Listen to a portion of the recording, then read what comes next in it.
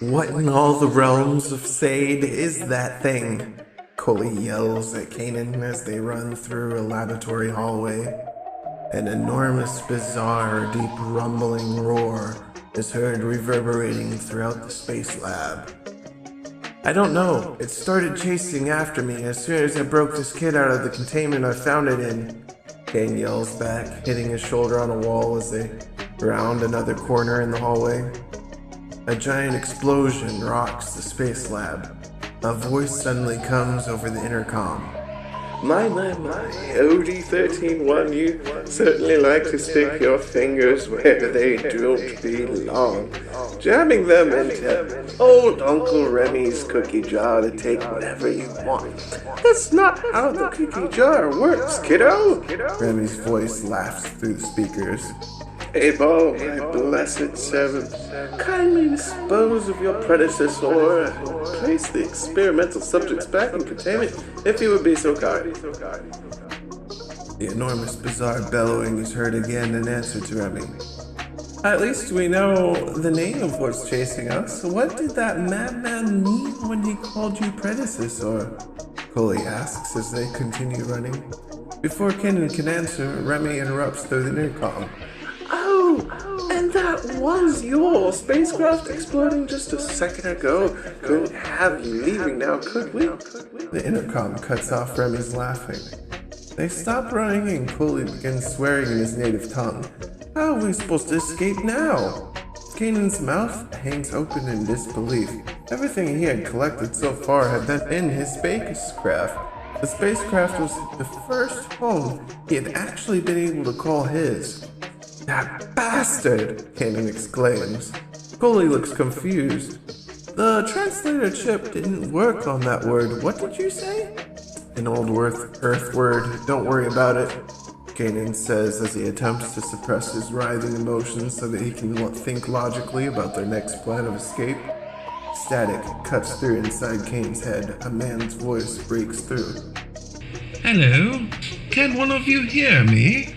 If you can meet me at the emergency airlock on the east side of the lab, I can get you away from here. Who are you and why are you helping us? Kanan asks, wondering if it's another trap of Remy's. No answer is heard and the static fades away. Bring up lab layout. Kanan commands the system. A diagram pops up in his vision. Show east side of lab, highlight emergency airlock and path to take. The information appears as requested, and he starts running again. Coley pauses a moment, looking back and forth in confusion, and then running along with Kane. What's the plan? Where are we going? Coley asks. Backup plan just arrived. Let's just pray it's the real thing, shall we? Kane replies. We don't have time to pray, Coley says, thinking of his species' long prayer rituals. The intercom cuts in again and Remy's amused voice speaking as if savoring each word. Where exactly are you running now? Are you a lemming of ages past in human form, wishing to throw yourself into the great expanse of the cosmos in rebellion of my experimenting upon you? How foolish! But I do love a good game. Bring them to me, Abel, and you can bash them about a bit. Need to give them some training after all, given their actions of late. He pauses, then sighs. It's as if they have forgotten who I am, but you haven't, have you, Abel? My most treasured of creations, at least until I find something worthy of replacing you. The intercom cuts off again. The roar sounds from right behind them this time, startling them both. The rumbling of pursuit stops.